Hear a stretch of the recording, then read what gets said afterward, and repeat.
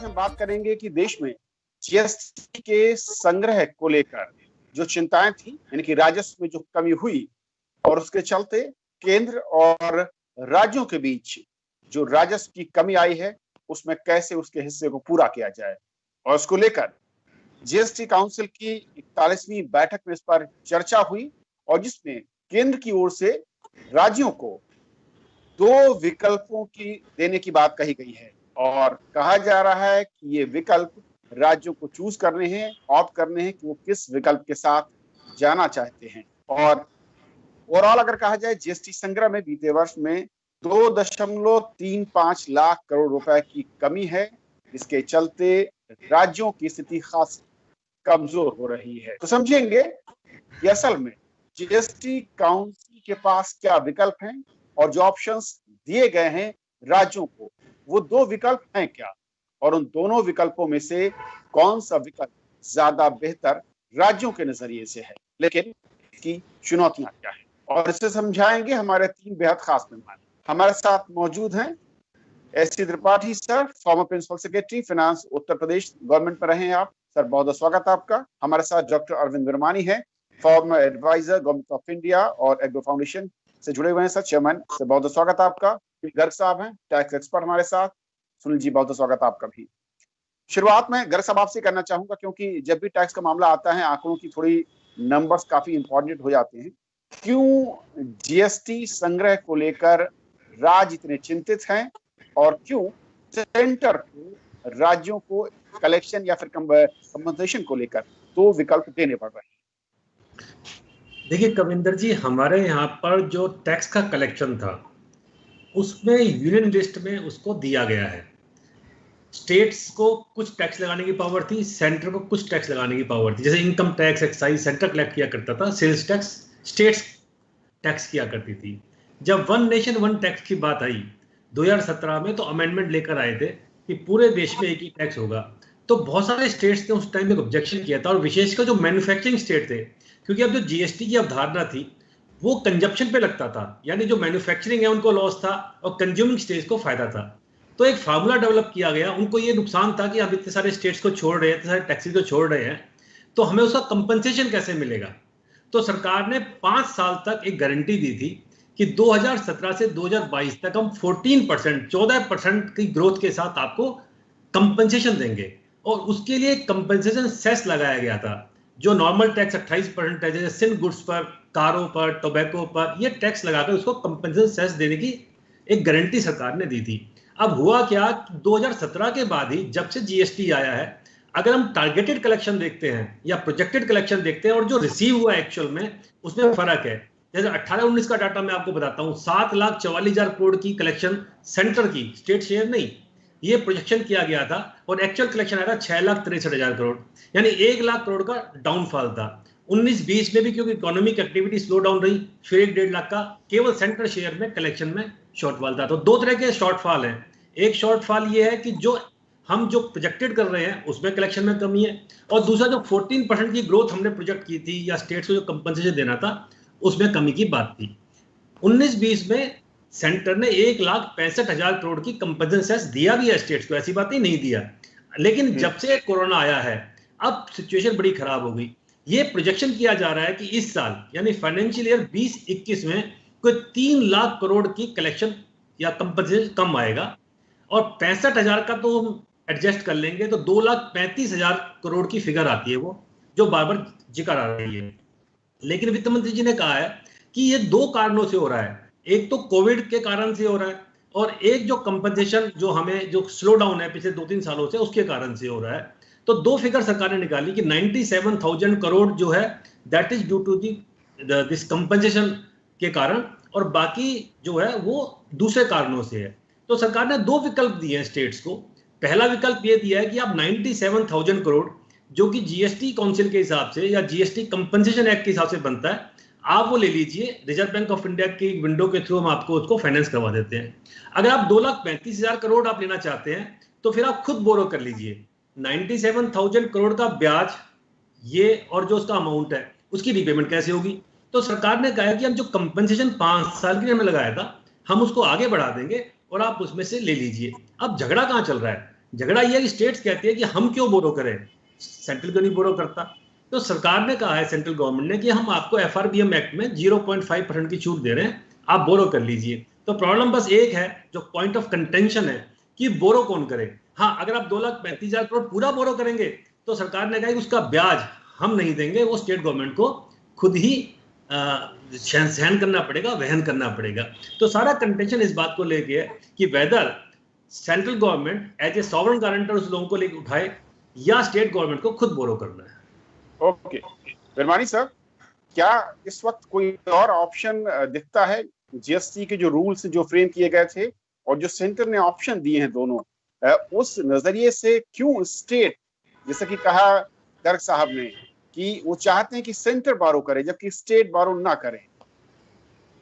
देखिए, मैं थोड़ा सा इसको मैक्रो पर्सपेक्टिव में डालना चाहता हूँ। ये जो पैंडेमिक इफेक्ट हुआ है, इसमें एक क्वार्टर में 24% जीडीपी कम हुई है हमारे देश में। तो इसको, इस टाइप के इवेंट को जनरली हम फोर्स मेजोर कहते हैं।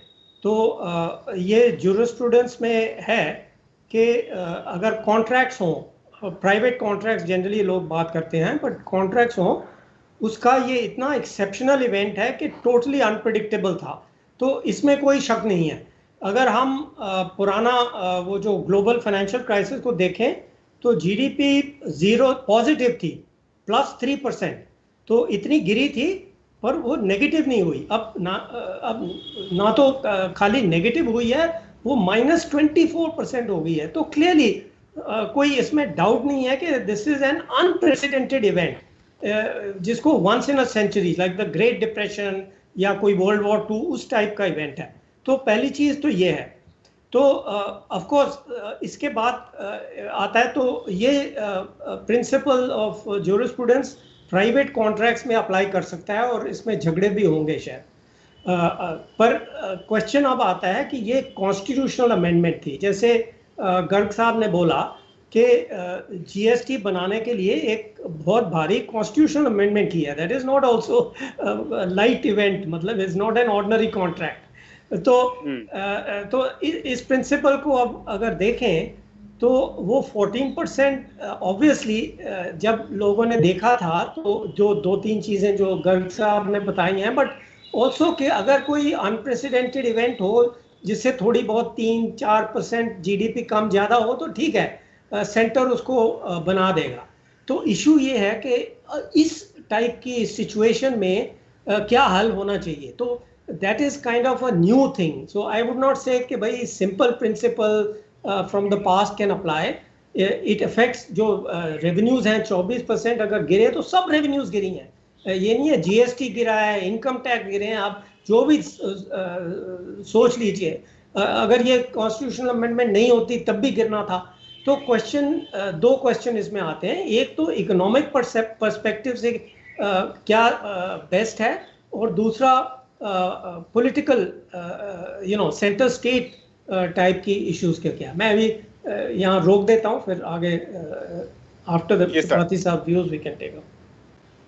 त्रिपाठी सर, ये वाकई जैसा कि कहा विरमानी सर ने, बहुत अहम है कि जीएसटी ना भी होता तब भी ये सिचुएशन थी और तब भी ये कलेक्शन में डाउनफॉल इतना ही नजर आता है स्टेट को अपने कोटे में, ये सेंटर के लिए भी। और ये अनप्रेसिडेंटेड है अपने आप में, सदियों में कभी एक बार इस तरह की हालात दिखते हैं। ऐसे में क्या किसी एक रूल के थ्रू इसका सॉल्यूशन नजर आता है? विकल्पों को ढूंढना होगा या दूसरे तरीके के विकल्पों की तरफ जाना होगा, या हम कहें कि जो जीएसटी काउंसिल ने रूल फ्रेम किए थे उसी का सहारा लेकर स्टेट दबाव बनाते रहेंगे? देखिए, दो प्रमुख बातें। अपनी अर्थव्यवस्था को पटरी में लाएंगे तभी रेवेन्यू बढ़ेगा, वरना रेवेन्यू बढ़ेगा नहीं। और अगर रेवेन्यू बढ़ने में बहुत टाइम लगेगा तो और स्थिति खराब होगी। दूसरी बात कि जो भी विकल्प हैं वो ऋण लेने के बजाय, ऋण लेंगे तो उसको भरपाई करना है और उसका ब्याज भी देना है। तो इसलिए उस हिसाब से भी अर्थव्यवस्था को जल्दी पटरी पर लाना है। तो अर्थव्यवस्था को जल्दी पटरी पर दोनों केंद्र और राज्य मिलकर लाएंगे तभी आगे चल के कोई बात होगी। अब जो दोनों ही ऑप्शन दिए गए हैं, एक ऑप्शन 97,000 करोड़ रुपए का है जिसमें केवल ब्याज देना है और 5 साल के बाद उसका मूलधन गवर्नमेंट ऑफ इंडिया स्वयं जो है वो सेस से उसको भुगतान कर देगी, और दूसरा 2,35,000 का। अब राज्यों के सामने ये दोनों विकल्प आसान नहीं है। एक में अगर 97,000 वो लेते हैं तो बाकी जो कमी है 1,38,000 की, वो कहाँ से लाएं? राज्यों की भी स्थिति बहुत खराब हो गई है। और अगर 2,35,000 वो बाजार ऋण लेते हैं तो उसकी भरपाई कैसे होगी? उसके ब्याज ही नहीं दे पाएंगे। राज्यों की स्थिति बहुत इतनी खराब है।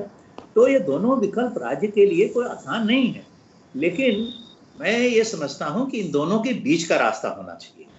यानी वो देखिए, राज्य इस समय 2,35,000 का ऋण बाजार से लेने की हैसियत में है नहीं।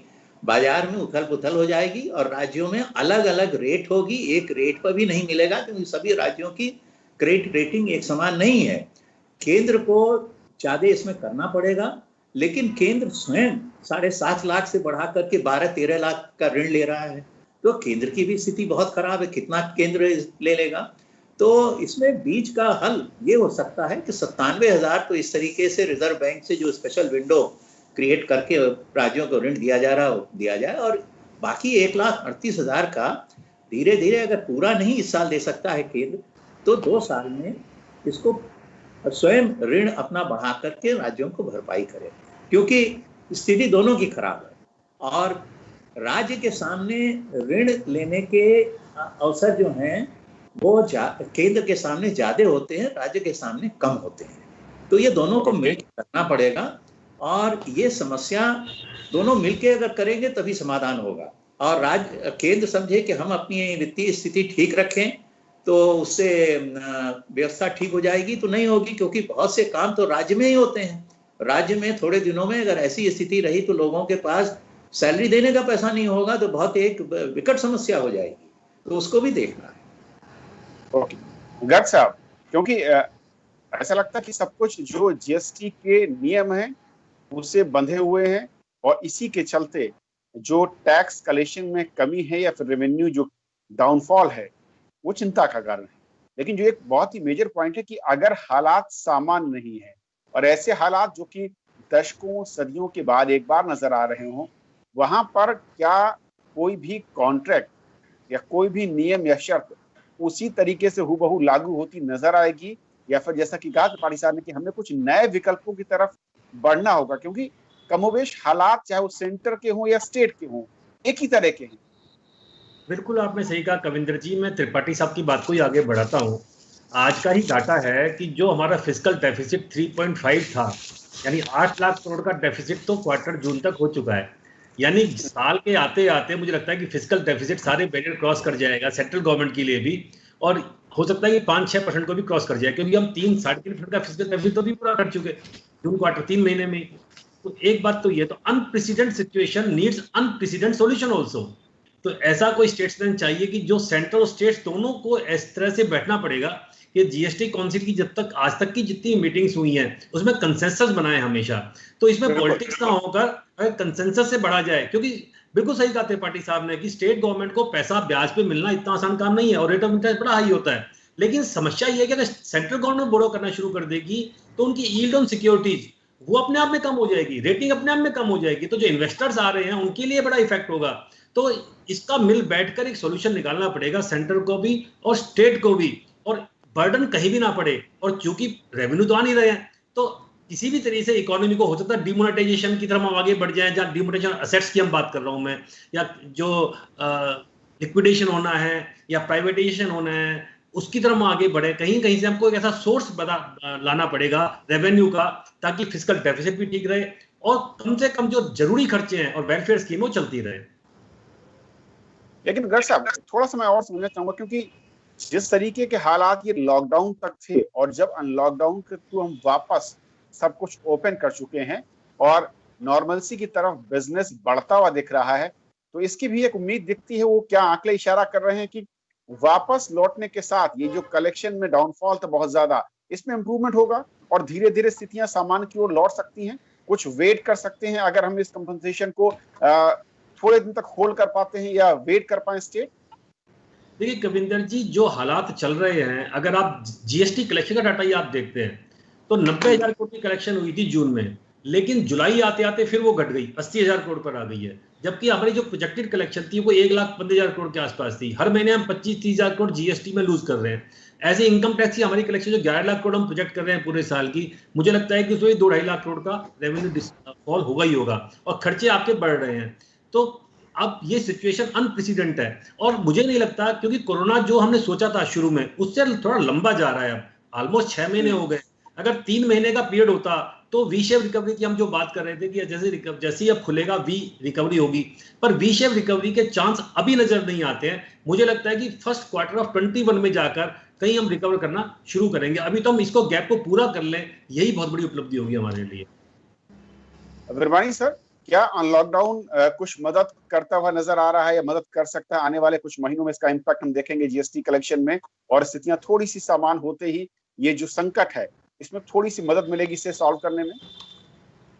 ये तो डेफिनेटली होगा, पर मैं पहले एक आपको समरी जो मैंने कहा था इकोनॉमिक और legal issues, very brief summary मैं बताता हूँ कि क्या फॉरवर्ड। एक्चुअली त्रिपाठी जी ने उस पर हिंट किया है, वो करेक्ट अप्रोच है। तो मैं 4 चीज़ इसमें कहूँगा। एक तो centre and states must work together for economic normalisation. मतलब ये एक नहीं हो सकता, जो आपने कहा लॉकडाउन लिफ्टिंग, अब ये नहीं हो सकता कि एक गवर्नमेंट स्टेट गवर्नमेंट अपनी तरफ ही चलती जाए कि वो कोई हम लॉकडाउन करते रहेंगे। अब क्योंकि अब 4 महीने 5 महीने हो गए हैं कोविड को, 6 महीने हो गए हैं, साइंटिफिक एविडेंस इकट्ठा हुआ है, उसको इम्प्लीमेंट करना अब सबको मिल के करना पड़ेगा। ये नहीं है कि मैं उस तरफ चल रहा हूँ और दूसरी स्टेट उस तरफ, नहीं तो वो जो लॉजिस्टिक प्रॉब्लम है, सप्लाई चेन प्रॉब्लम्स हैं, वो जल्दी रिवाइव नहीं होंगी और इकोनॉमिक नॉर्मलाइजेशन डिले होगा। तो एक तो है centre and state they must agree, मतलब इस प्रॉब्लम को यूज कर सकते हैं to come to an understanding overall, that is my perspective. तो दूसरी चीज है कि reform and simplification of GST. जो रेवेन्यू बॉयंसी है वो रिपीटेडली जब से 1 अप्रैल 2018 था ना, या जो भी डेट थी, हाँ 17 से शुरू हुआ है, वो बॉयंसी नीचे नीचे जाई जा रही है। तो हमने हमारी रिसर्च, वो शायद आपको पहले भी मेंशन की थी, हमने जीएसटी पे एक पेपर ईग्रो में लिखा है जिसमें ये सिंप्लीफिकेशन का पाथ दिया है। तो दूसरी ये होगी कि ये अंडरस्टैंडिंग अभी कर लेनी चाहिए जब ये सारा कुछ डिस्कस हो रहा है। सेकंड है कि जो रेवेन्यू घटी है purely due to the sharp fall in GDP due to COVID, उसको मोनेटाइज करना पड़ेगा directly indirectly, RBI has to do it.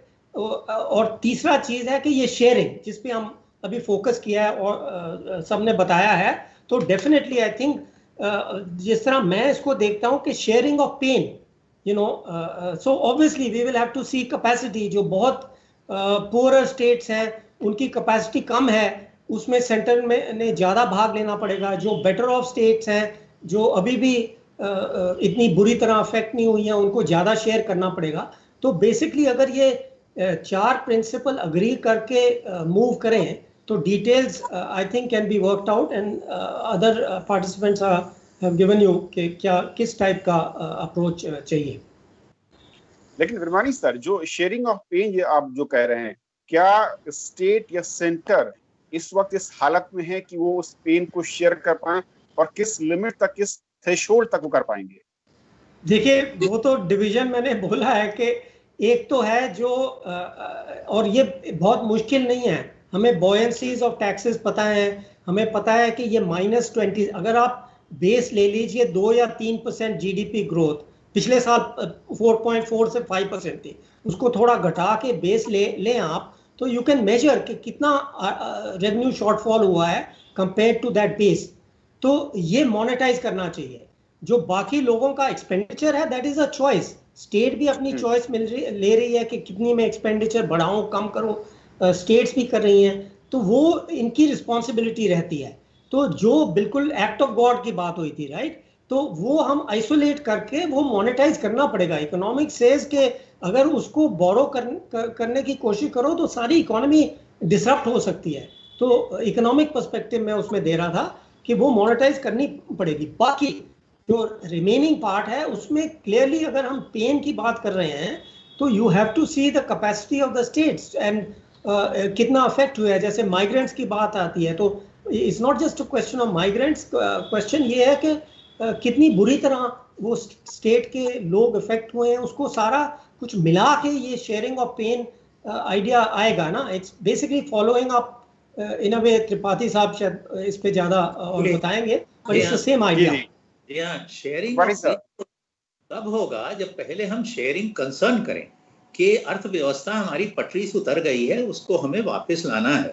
मेरा बहुत सालों का राज्य और जिले के नीचे के स्तर पर काम करने का अनुभव रहा है, और मेरी समझ ये है कि हालांकि परिस्थितियां बहुत बदल गई हैं कि राजनेता जो जिले और राज्य स्तर पर होते हैं, उनको वित्त और आर्थिक व्यवस्था के बारे में जानकारी उनको कम होती है और उनको पुलिस की जानकारी ज्यादा होती है। तो हुआ ये है कि ये जो हेल्थ इमरजेंसी थी, इसमें पुलिस स्टेट बन गया। हर जिले में मजिस्ट्रेट और पुलिस अपने अपने तरीके से लॉकडाउन किए जा रहे हैं। पिछले 2 महीने से केंद्र सरकार बार बार लिख रही है कि आप अंतर राज्य अंतर जिला कोई आप अड़चन नहीं डालेंगे, फिर भी 50 अड़चन हर राज्य में पड़ी जा रही है। तो जब तक वो पहले शेयर नहीं करेंगे कि हमारी स्थिति क्या हो गई है, तब तक वो पेन शेयर करने के लिए तैयार नहीं होंगे। और पेन शेयर करना जरूरी है, जैसा अभी सभी ने बताया। देखिए 97,000 जो है वो तो रिजर्व बैंक से मॉनेटाइज करना पड़ेगा सीधे, और बाकी के लिए इतना न तो, क्योंकि केंद्र सरकार स्वयं 5-6 लाख एक्स्ट्रा बोरो कर रही है, तो उसमें जो 1,38,000 1,40,000 के बकाया बचता है, उसको 2 साल के लिए में करना पड़ेगा। 1 साल में न तो केंद्र सरकार उसको दे पाएगी और नहीं राज्य को अतिरिक्त बोरो करके पे करने की कैपेसिटी में होंगे। तो ये पेन शेयर करना हो, यानी राज्यों को अपने संसाधनों के सीमित रख करके कार्य करने के लिए तैयार होना पड़ेगा। केंद्र को भी तैयार होना पड़ेगा, और बोरो अगर करेंगे तो किस तरीके से चुकाएंगे उसके लिए तैयारी करनी होगी। वो पेन शेयरिंग होगा, आपस में शेयर करना पड़ेगा। लेकिन उसके पहले अर्थव्यवस्था को पटरी में लाने के लिए कंसर्न शेयर करके उस पर कार्रवाई तो करना शुरू करें। राज्य अभी मुझे नहीं लगता है कि वो है। अभी देखिए बंगाल ने कहा है कि हम 7 और 11-12 सितंबर को पूरा लॉकडाउन कर देंगे। इसी तरह महाराष्ट्र जो है वो लोगों को आने जाने नहीं दे रहा है कई जगह। अब ये मेजर मैन्युफैक्चरिंग स्टेट्स हैं। तो हमारे यहाँ, मैं नोएडा रहता हूँ, नोएडा और दिल्ली का बॉर्डर लगातार बंद था, हालांकि बार बार केंद्र सरकार कह रही थी, और नोएडा बना ही है कि दिल्ली के साथ रहे। तो जब तक ये स्थानीय स्तर पर, राज्य स्तर पर, जिले स्तर पर इसकी समझ नहीं होगी और इस पर लोग साथ नहीं देंगे, तब तक अर्थव्यवस्था पूरी पटरी पर नहीं आएगी और आगे पेन बढ़ता रहेगा। गर्ग साहब, जो कुछ राज्यों की ओर से सुझाव दिया गया, मैं उसको कोट एंड कोट कर रहा हूं। इसका मैं समझना चाहूंगा कि ये क्या इम्प्लीमेंटेबल है, लागू किया जा सकता है, और अगर है तो चुनौतियां क्या होगी। राज्य कह रहे हैं कि जो कुल 2,35,000 करोड़ का मुआवजा है, इसकी भरपाई केंद्र सरकार करे, आरबीआई किसी और माध्यम से, और मूलधन के भुगतान और ब्याज को 2022 से शुरू हो, और 5 साल के लिए जीएसटी परिषद सेस को आगे बढ़ा दी, इसके जरिए इसका भुगतान किया जाए। नहीं कविंदर जी, सरकार ने यही कहा है कि हम 2022 के बाद सेस को आगे बढ़ा देंगे, वहां से भुगतान होगा। जो पॉइंट ऑफ कंटेंशन है, जैसे बताया कि 97,000 करोड़ पे तो मूल और ब्याज दोनों सरकार कह रही है, सेंट्रल गवर्नमेंट भी। जो 2,35,000 करोड़ है उसका कह रहे हैं कि ब्याज आपको भुगतना होगा, आप मूल जो है वो वापस करेंगे कंपनसेशन सेस में से। तो एक इशू तो जैसे भी त्रिपाठी जी ने भी कहा, बेमानी साहब ने कहा कि सबसे पहले तो एडमिनिस्ट्रेशन और फाइनेंस दोनों को साथ बैठना होगा, स्टेट और सेंटर को। जब तक इकोनॉमी पटरी पे नहीं आएगी, आगे कलेक्शन, रेवेन्यू की कलेक्शन तो टैक्सेस ही आती है ना, और कोई सोर्स तो है नहीं, या मोनेटाइजेशन ऑफ असेट्स है, जैसे भी बेमानी साहब ने भी कहा। लेकिन सबसे पहला है कि अगर अर्थव्यवस्था को पटरी पे लाना, तो स्टेट को सबसे पहले एडमिनिस्ट्रेटिव मशीनरी को सेंटर के साथ मिलके, जो अननेसेसरी ब्लॉकेड है इकोनॉमी में, we have to live with the corona now, हमारे पास सारे एविडेंसेस हैं, उसको दूर करना होगा बचते हुए। लेकिन इकोनॉमी की फ्लो को आप रोक नहीं सकते हैं। तो अब समस्या वही है कि बोरो कौन करे, किसी की स्थिति भी नहीं है। तो इसका तो कैसा हल निकालना पड़ेगा, जो बीच का रास्ता निकाला जाए, चाहे वो स्टेजेस में हो या अगले साल कुछ रेवेन्यू आ जाए, ऐसा कुछ करके दोनों को बैठना पड़ेगा। ये भी दूर की कौड़ी नजर आता है, क्योंकि ना तो स्टेट कुछ कहने को तैयार है, ना सेंटर कुछ कहने को तैयार है। लगता है डिस्कशन के बाद में कोई ना कोई रास्ता जरूर निकलेगा। बेमानी साहब, एक आखिरी मैं कमेंट चाहूंगा आपसे कि एक तरफ राज्य जब लॉकडाउन की बात आ रही है, कुछ जगहों पर इस तरीके की खबरें, जैसे त्रिपाठी साहब ने कहा कि स्टेट लेवल पर या फिर इस डिस्ट्रिक्ट लेवल पर लॉकडाउन किया जा रहा है, जो आर्थिक गतिविधियां हैं वो रुक रही हैं, उनमें हर्डल्स हैं। तब राज्य ये कहते हैं, उनकी दलील होती है कि राज्यों की अपनी चिंताएं हैं और हम राज्य की कंडीशंस के लिहाज से लॉकडाउन या अनलॉकडाउन के कदम उठाएंगे। एक तरफ अगर ये अधिकार आप ले रहे हैं तो दूसरी तरफ आप फिर जीएसटी के थ्रू बराबर कंपनसेशन, मुआवजे की मांग करना, ये कहां तक उचित होगा और कैसे होगा? देखिए, तभी मैंने वो चारों चीजें इकट्ठी बोली हैं, ये पीस मील नहीं होगा, ये सारी चीजें रिलेटेड हैं। तो मेरा ख्याल है अब ये ब्रॉडर अंडरस्टैंडिंग शायद मैं अभी सोच रहा हूँ कि मे बी छोटी सी कमिटी बनाए सेंटर और फ्यू स्टेट्स को मिला के, और ये सारी चीज़ें इकट्ठी टेबल पे रख के इसमें कॉम्प्रोमाइज़ होगा। आई थिंक जैसे गर्ग साहब और सजेस्ट कर रहे थे और शायद त्रिपाठी जी भी, दैट ये जो 235 क्या था 2 पॉइंट जो भी था उसका शायद शेयर करना पड़ेगा, शायद हाफ कॉम्प्रोमाइज तो करना ही पड़ेगा, पर एग्जैक्ट कॉम्प्रोमाइज हम ऐसे इंटेलेक्चुअली तो बता नहीं सकते, वो तो सारा चीजें जब इकट्ठी तो कॉम्प्रोमाइज इजियर होगा कि सारी चीजें, ये जो 4 सेट्स ऑफ चीजें मैंने बोली हैं, एक इकोनॉमिक रिवाइवल जिसमें कई सजेशंस हैं हमारी भी हैं, और सिंप्लीफिकेशन ऑफ जीएसटी, ये भी अभी सारी चीजें डिसाइड करनी पड़ेंगी। ये नहीं हो सकता कि अभी पहले हम खाली रेवेन्यूज की बात करें, ये डिसाइड करके फिर बाकी चीजें चलती रहेंगी, क्योंकि फिर तो वही प्रॉब्लम आएगी, इकोनॉमी रिवाइव नहीं करेगी, अगले साल फिर ये कंटेंशन शुरू हो जाएंगी। तो ये सारी चीजें इकट्ठी टेबल पर रख के एक कॉम्प्रोमाइज डिस्कशन के साथ होगा। चलिए, बहुत बहुत शुक्रिया आप तीनों मेहमानों का हमारे साथ इस चर्चा में शामिल होने के लिए और हमारे दर्शकों को यह अहम जानकारी देने के लिए कि